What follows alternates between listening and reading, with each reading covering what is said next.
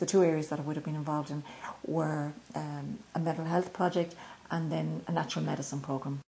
People wouldn't have much access to healthcare. I mean, 42% don't have any access to healthcare.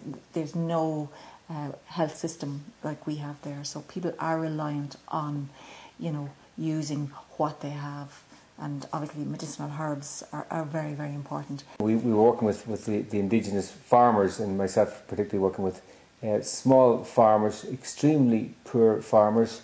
They use money lenders to get money for the seeds.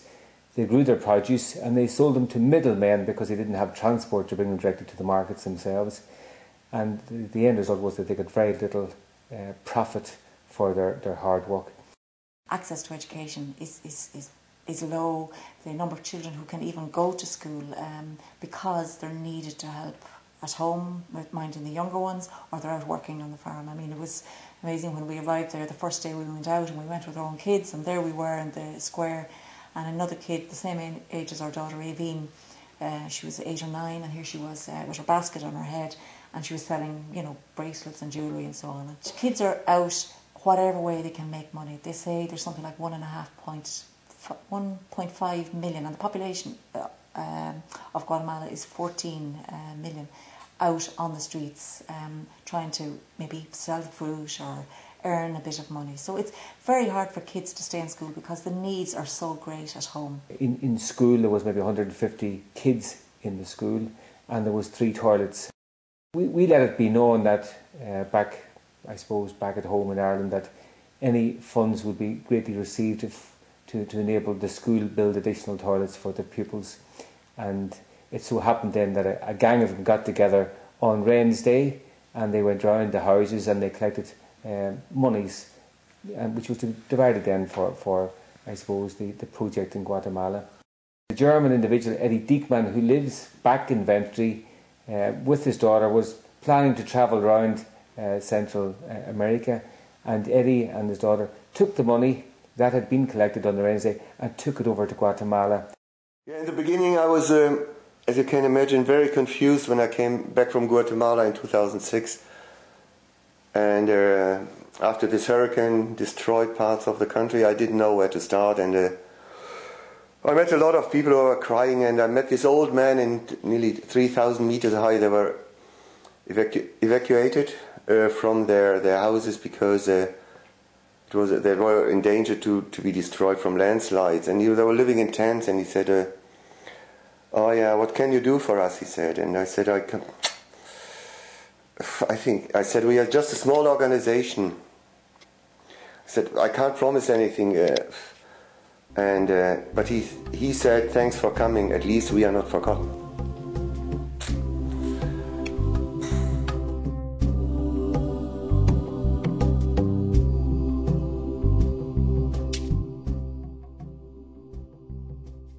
There were 600 people killed by landslides. They were just crosses now. And when you see this, it's tough. But this old man is the one I never forget.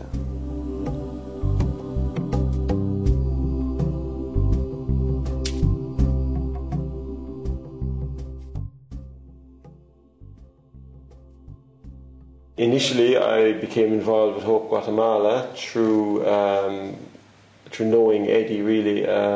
Eddie had just come back, I think, from Guatemala when we met him first. I said that we would try to do something when he comes back, maybe. We talked about organising a 10k run from the cafe to Paddy O'Shea's in Dingle.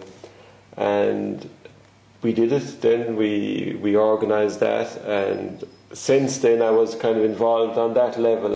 During the 80s, the figures are something like maybe 200,000 people were massacred. And it was pretty much a silent war, as they said, because so much of that wasn't covered, or people weren't aware of it.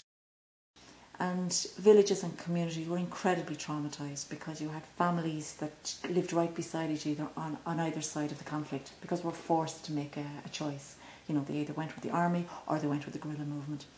And the stories that people had, just unbelievable stuff that they had to keep silent and quiet about. So the mental health programme that I was involved with was addressing some of that. Original Mayan people, and their living conditions are very, very poor, because over the period of hundreds of years all the land was taken from them, and they hardly have any land, and they hardly have any garden to grow their daily food. Quite a lot of them were malnourished. They were very small.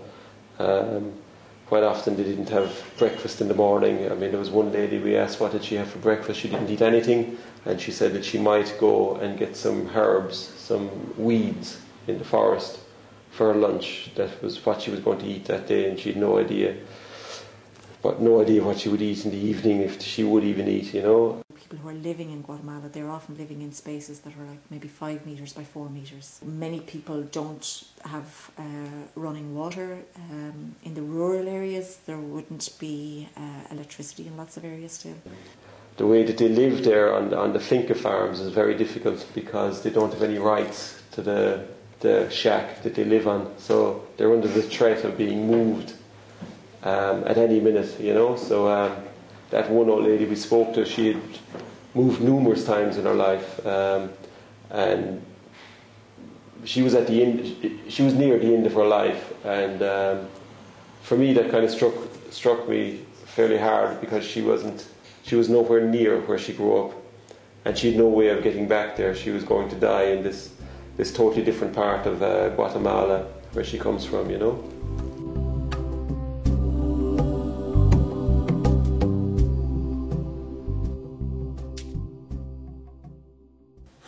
So, and if they earn money, they earn about this, what they say at the moment, between $2 and $3 a day. When you see it that way, they're not the funniest.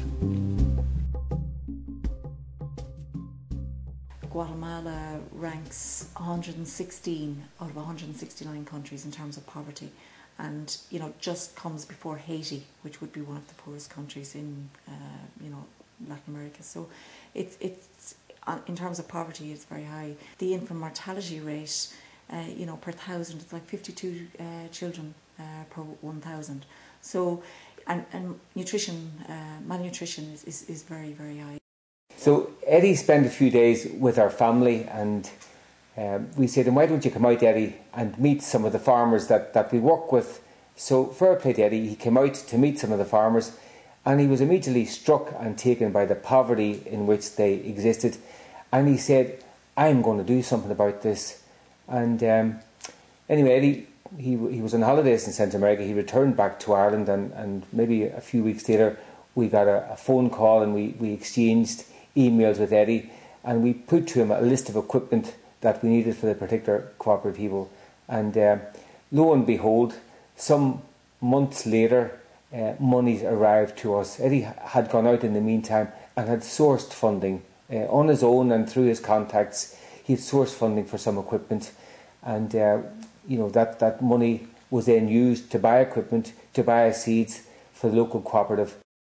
It was a fantastic connection for all of us, really, because we saw for the first time that maybe people in the West can make this direct connection then with people in Guatemala, and there can be a strong link. But we really didn't know at that stage how strong the link was going to become.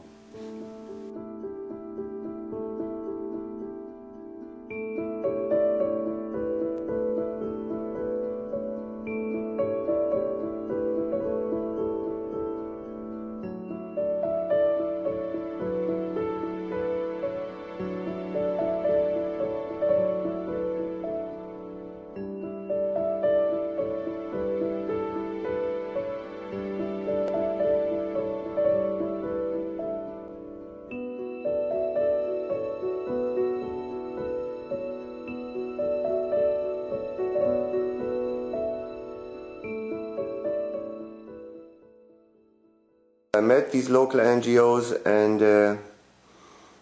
they described the situation there, and then we decide, okay, we raise the money, you buy the stuff, and you prove it, and then we got to prove them. And then I visited them again and to see what they have done.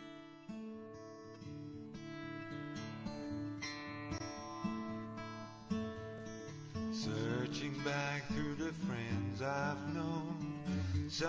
I'm sad for the way it's grown, ranging up and ranging out, and try to change my ways about. There's a place in the leaf, a place in the bough, found a place for me just now, just now, just now.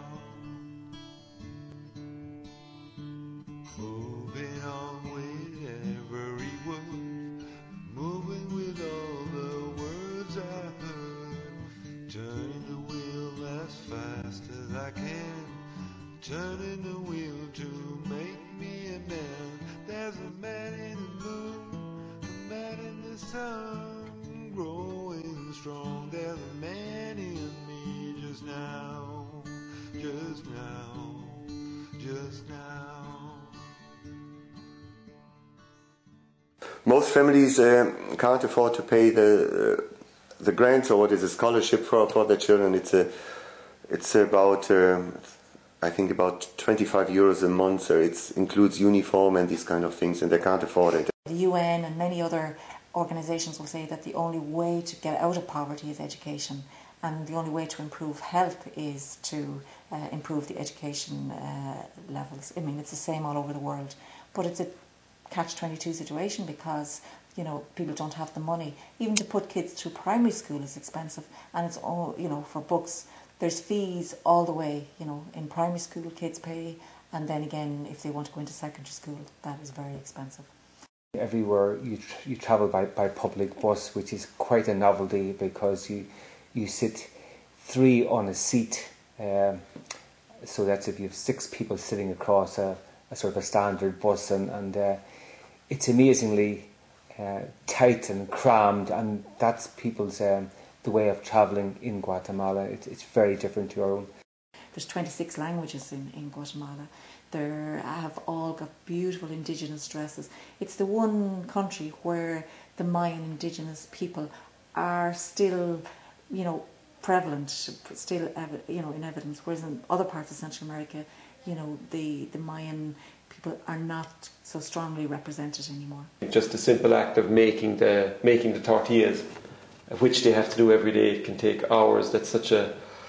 I mean, I went to every family and that's what they're doing all day. I mean, that's what the women are doing for so much of their time, is taken up by making tortillas, fetching water and fetching firewood that will cook the tortillas. And it's just the amount of work in preparing the simplest food is hours in their day. I mean, there was one young girl gets up at 5 o'clock in the morning, prepares the tortillas for the father and the brothers, then makes something to eat before she goes to school, and then she comes back from school and she's again working with the tortillas, working with the food. It takes them so long. It takes them so long to do anything. One of the most dangerous places in Central and South America is Guatemala City. Now, every day, many gangs kill women.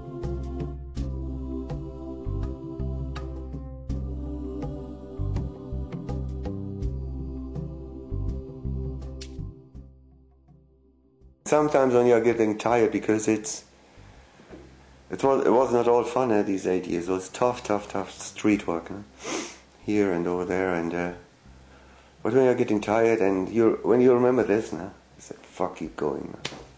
Don't give a shit."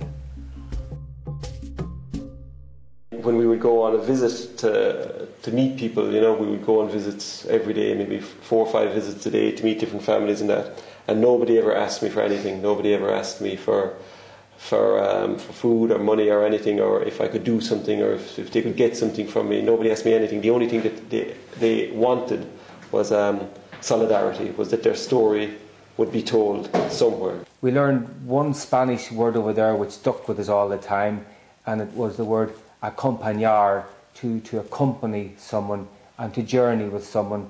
And before we went to Guatemala, one of our friends said, well, you know, just going to Guatemala will help the people over there know that there are other people interested in them. The clinic in Serna, we initially supported Dr. Edwin Rojas.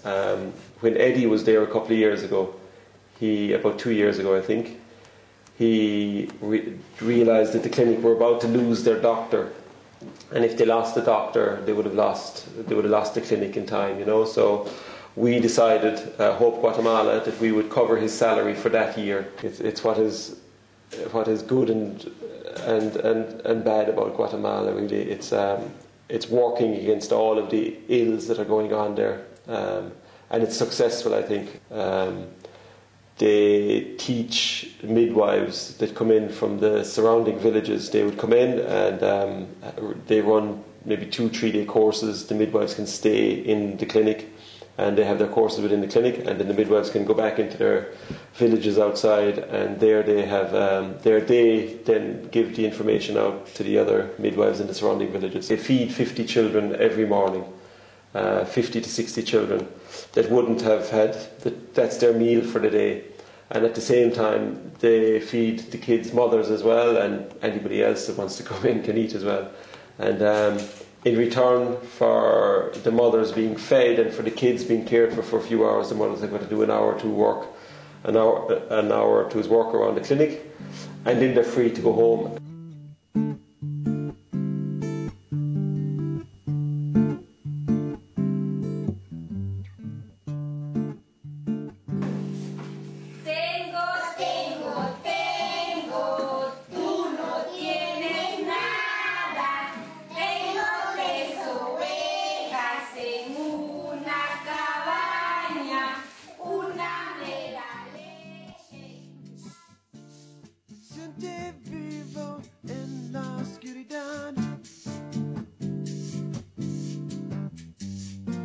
Esta noche déjame adorarte en mis brazos.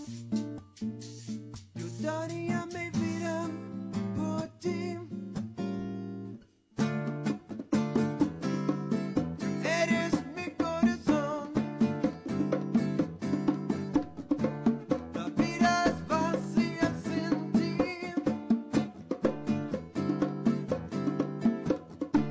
Tú eres mi corazón.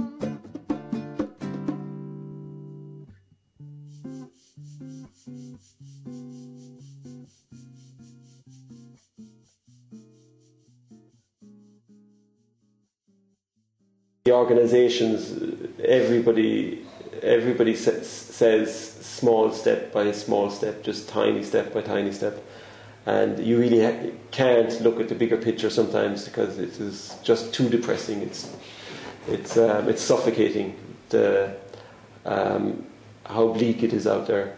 But if you can get local and just stay within a small group and keep your project small, you really have a chance to make a difference, you know. You can really have success on that level, even though it can be washed away in a minute.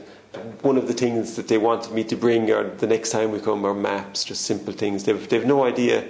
I mean, they've no idea where Ireland is, or no idea, a vague idea of Europe, but a vague idea of Guatemala and where it is, you know. I mean, they've no real access to education outside of their own surroundings, you know. There's no maps of Guatemala there. It's very difficult. We gained far more than we gave, for sure.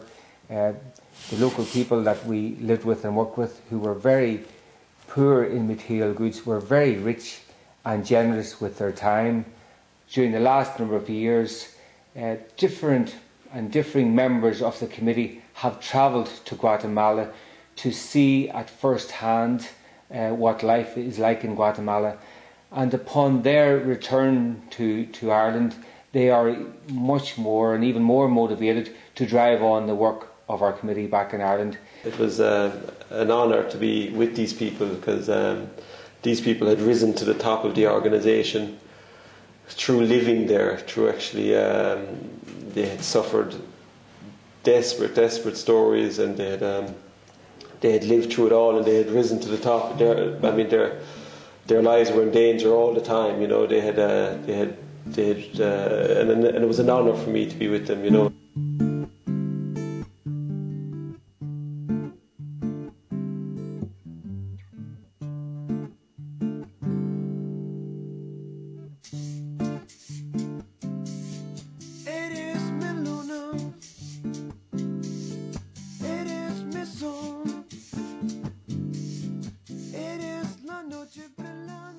every year around the same time, April, 24th, 25th of April, we have the 10k run from the cafe to Paddy O'Shea's. That's always been greatly supported, great fun as well. We feed everyone that partakes with beans and tortillas, the traditional Guatemalan food.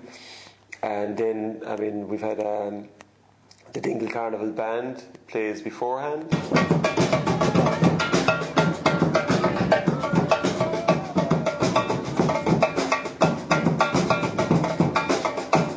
And then back at Paddy O'Shea's, there's this year we had Cabbage Patch played a local band as well, a local rock band. And we stay around for another hour or two, a couple of raffles, and it's a really nice day, really lots of fun, and lots of people really make the effort as well to run or walk the 10k. We've maybe 3 or 4 major events on during the year, and then a couple of smaller events then as well. And we have a sister charity in Germany, and they have similar events.